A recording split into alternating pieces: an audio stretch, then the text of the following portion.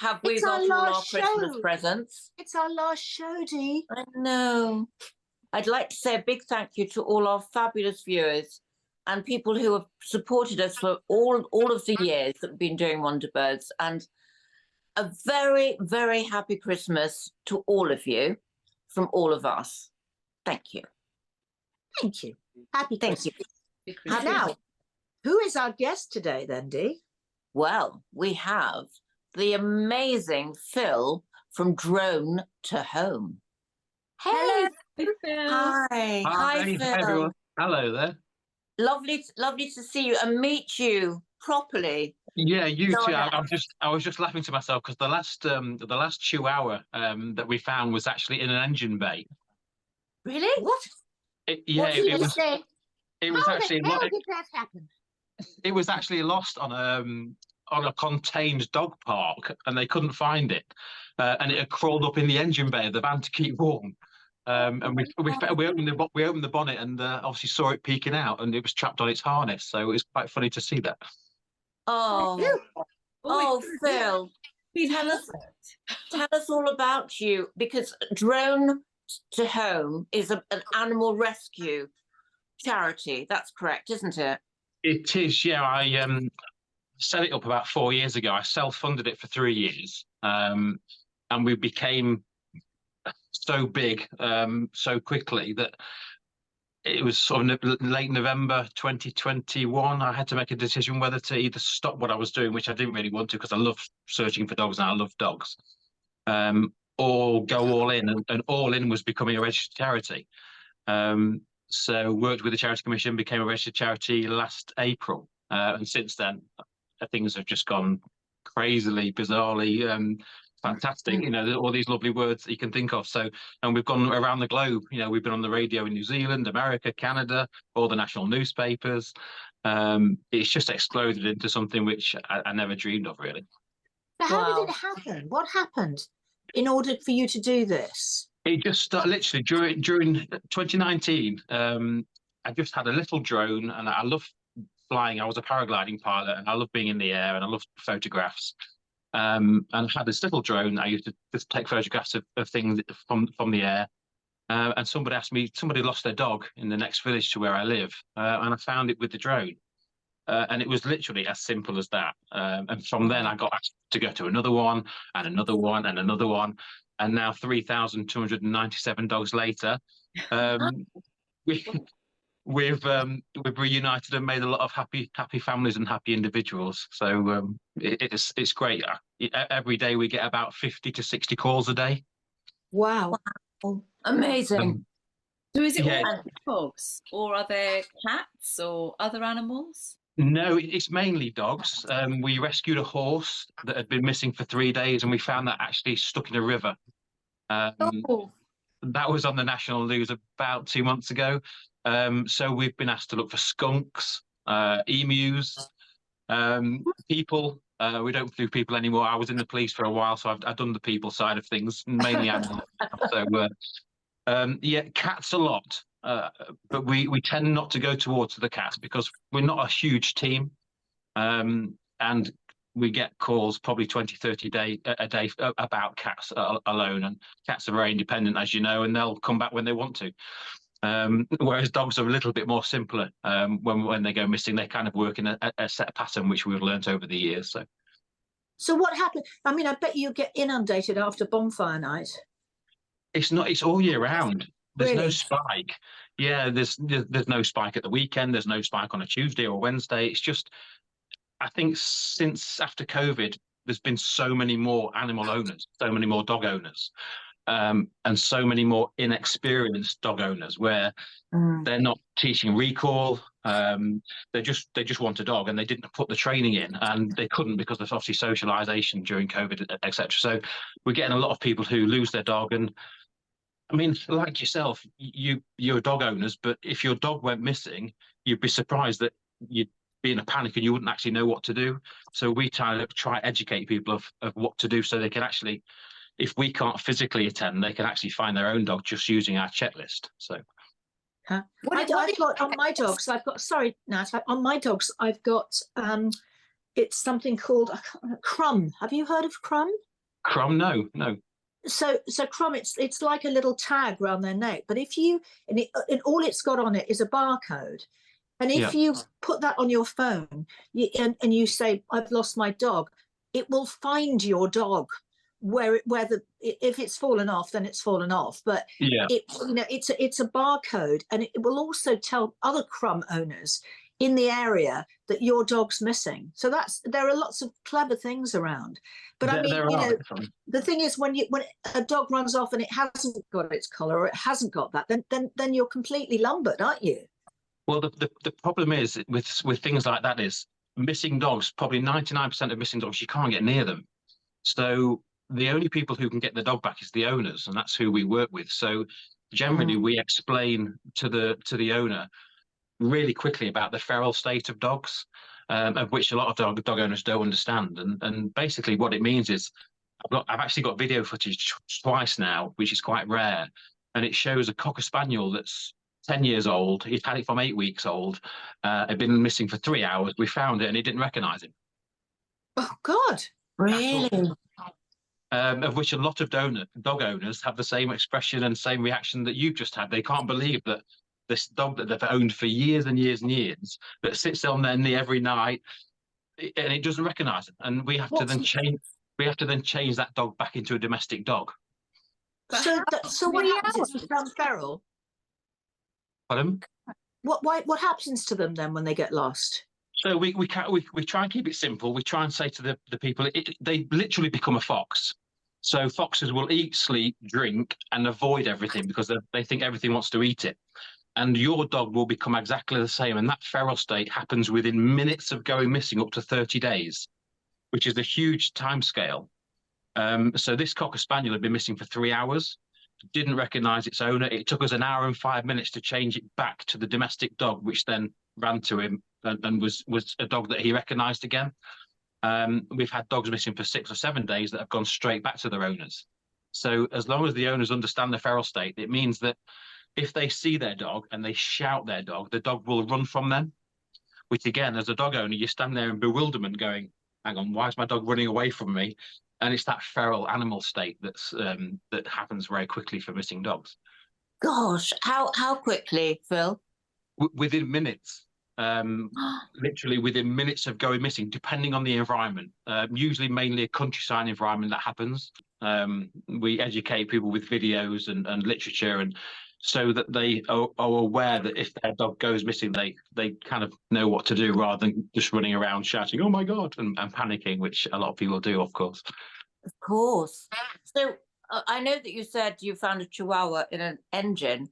Yeah. So what are the other extraordinary places you found animals hiding? In an ensuite upstairs for 9 hours. How did your drone find a dog in an ensuite? We don't just use drones. I mean, Drone to Home, when I came up with the name of Drone to Home, we use drones, but we've sort of developed into a system where the drone is an asset, and it's a great asset. And it's used in predominantly a lot of searches in the countryside, but not urban. So, there's so many more to us now than just a drone. So what we do is, a lot of people, when I was in the police and children go missing, they tend to think that the children's wandered off. And it's the same with a dog. So if your dog went missing now, you would think your dog's run off. And what people tend not to do is search in and work out. So we always say to people, start from the epicenter, because dogs and kids are usually found within the house or the grounds of the house. We had one 3 days ago. We had a black Labrador missing that was heavily pregnant and was due to give birth on Saturday night, and it went missing Saturday. On a large farm in Derbyshire. They'd been looking since 10 a.m. that morning.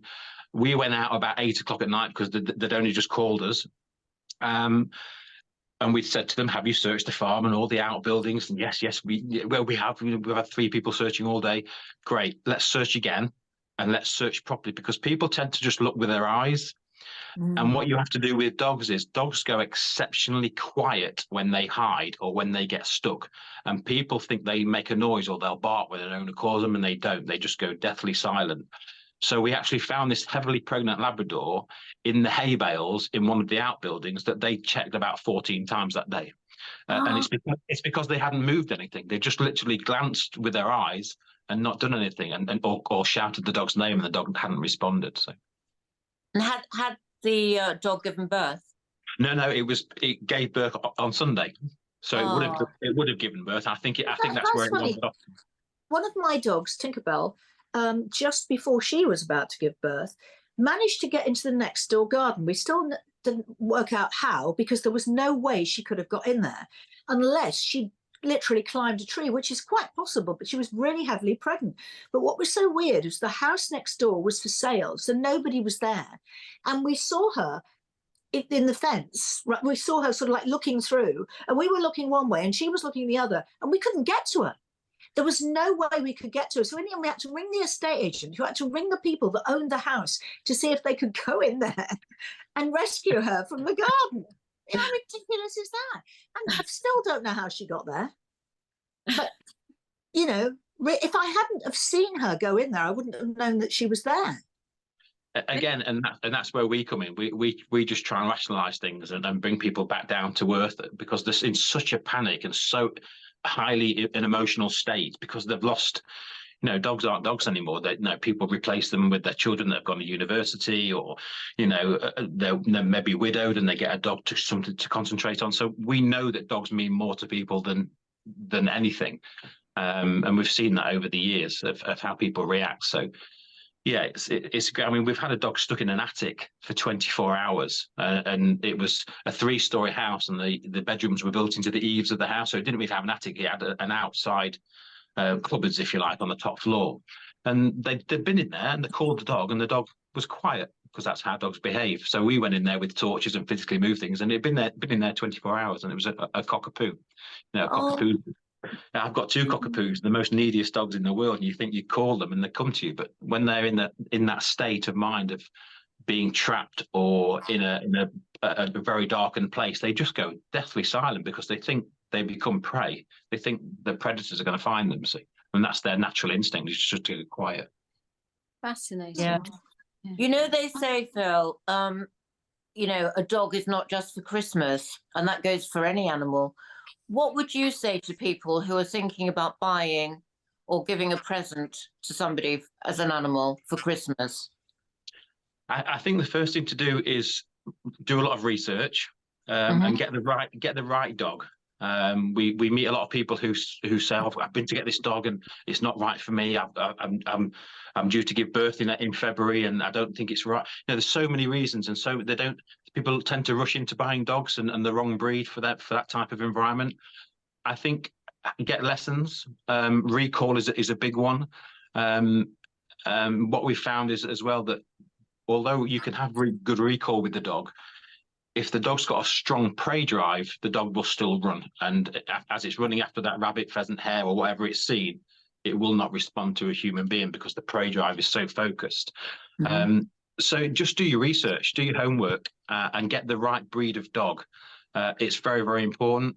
You know, I've got 2 cockapoos, and I think they're the most adorable dogs in the world. And you know, we had a touring caravan a couple of years ago, and they were the right size for the touring caravan. And you know, but then we've sold the touring caravan, and you know, it's just what you want out of a dog. You know, whether you want a therapy dog, whether you want a dog that's going to be a protector. You know, as maybe you're a single person, you're walking in and you want that feeling of being protected by a dog, but get it trained. You know, you've got to invest. You know, people spend £1,000, £3,000 on dogs, but they don't actually invest the time or invest the money in actually putting a budget aside to get the dog trained. Well, obviously, in my life, I needed comedians, because my dogs are hilarious. I mean, absolutely hilarious. But one of them, now, perhaps you can help me with this. One of them, who is the naughtiest dog, the one who was pregnant, got missing, who manages to climb trees. She can climb fences. She's one of, you know, she thinks she's a cat, I think. But she hates one breed of dog. If she sees this other dog, and it's always the same, it's always a Schnauzer, she loathes them. Now, why would that? She's not like that with any other animal, but a schnauzer, she goes, I mean, absolute hatred. I think it's the noise that the schnauzers make. It's the high-pitched screech. Is it what when she bites Ooh. them? Oh, God. No, she does. She goes berserk. I mean, it's no other dog. She's friendly with everyone, but if she sees a little schnauzer, it's all over. It's literally we have to keep her calm. And she must have obviously had some sort of altercation with one at some point in Possibly. her life. Yeah, possibly she had a bad experience with one in her early days, maybe. Yeah, but I bred all of mine. I mean, my daughter, my youngest daughter had a beautiful Springador, and my eldest daughter's partner had a lab, and they had babies, and I bred them. And then one of them had puppies as well. So I bred 2 lots of puppies, and it's very interesting knowing them from birth, knowing their parents, knowing them from birth, knowing that they're all, you know, you can really gauge their personalities really quite well, knowing their parents and knowing them very well. Yeah, definitely, and it does help. It's just, again, from our experience, when your dog goes missing, that all goes out the window. Your dogs just act so differently. And we're trying as a charity to educate more people before their dog goes missing, rather than reacting after the dog's gone missing, and hopefully they can help themselves before that happens. Yeah. Yes. I Exactly. found actually that with my dog that I got, it was a kind of a semi-rescue about 3 years ago, although I did buy her, but she just wanted to run for the first 6 months. I mean, I couldn't even open the door a little bit. She would just be out. But then suddenly she decided this is where she was going to live. And so she's absolutely fine. I could open the door and she just stays inside. Why do you think that is, Phil? A comfort. They get to trust you as well, and you have to earn that trust, and people forget that. They think dogs are obedient from the offset and think they're going to do as they're told, and they're not. You have to create that bond. Once you've created that bond, that's why they start to act in a different way. But it sounds like that bond's been quite strong with your dog, and it just settled. Yeah, she has completely settled. But she's so lovely. She's so lovely. She is gorgeous. We think that she might have been stolen, don't we? Oh, really? Well, something, because the people we bought her from, I mean, Debbie, you found her for me, didn't you, online? Yeah, it was like online, and we found this Pomeranian and went down to rescue. And the thing I noticed about this dog was they said, oh, she was all matted. And when they found her, and I thought, no, I said to Dee, look at her teeth. Her teeth are perfect. Yeah. And that is not a dog that's been maltreated. This is a dog that's been well treated. Also, she was very good on all of these things about her.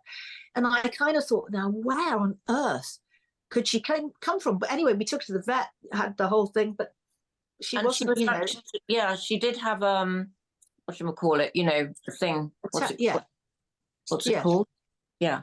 And it said that it went straight back to the breeder, because I was very nervous. I thought, maybe somebody's reported her stolen, but they hadn't.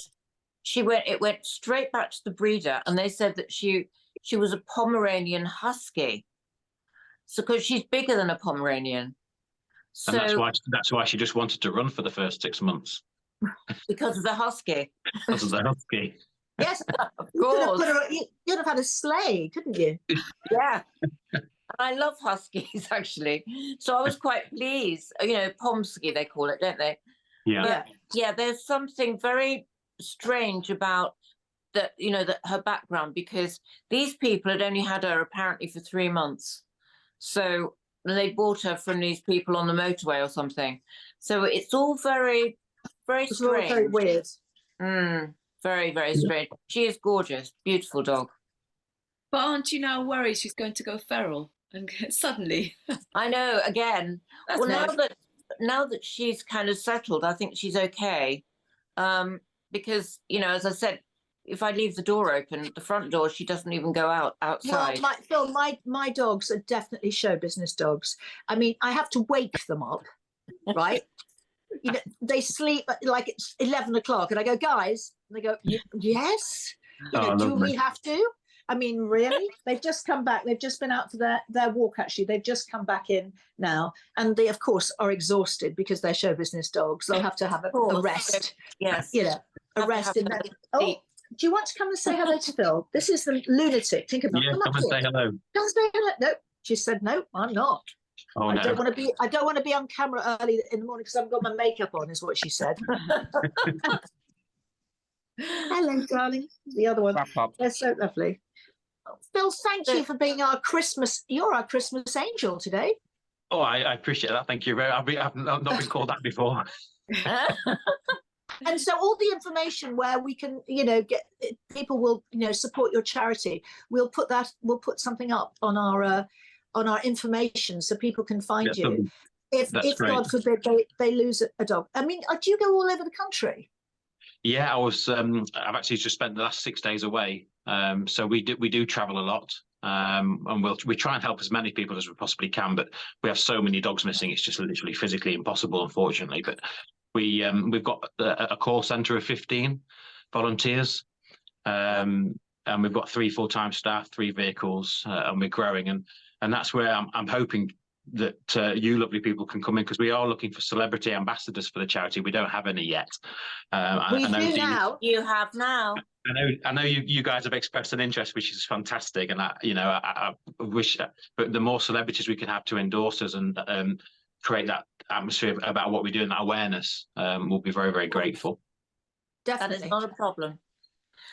Thank you, Phil, and good luck with everything, and have a lovely Christmas. Thanks. You too. Thanks. It's lovely to meet you all. Thank you. Thank you, and Thanks, you. Phil. Lovely to meet you. Bye. Thank you. Take care. Oh, Oh. individual. I mean, amazing, generous. Oh, I want to have a dog so I can call him out now. I know.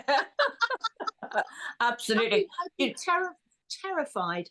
Oh my God, to lose a dog. One of my dogs used to go missing regularly. Oh, years and years ago, my King Charles Cavalier. He became very well known at the police station because people used to just pick him up and take him there. And he used to love it. Because he used to sit on the counter at the police station. You see, people don't do this anymore. And he used to sort of say hello to people.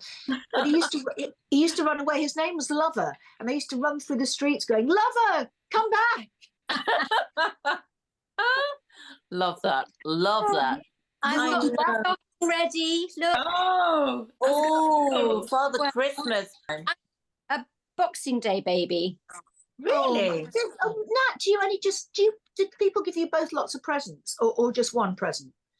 When I was a child, it was really quite difficult. They would give me one and say, this is for both. That's not fair. Which was really very difficult because it meant on Christmas Day, if I opened it, I'd have nothing to open my birthday, and it was just the way it worked. But then as I got older, being a grown-up, people tend to give me 2, and I find it quite overwhelming.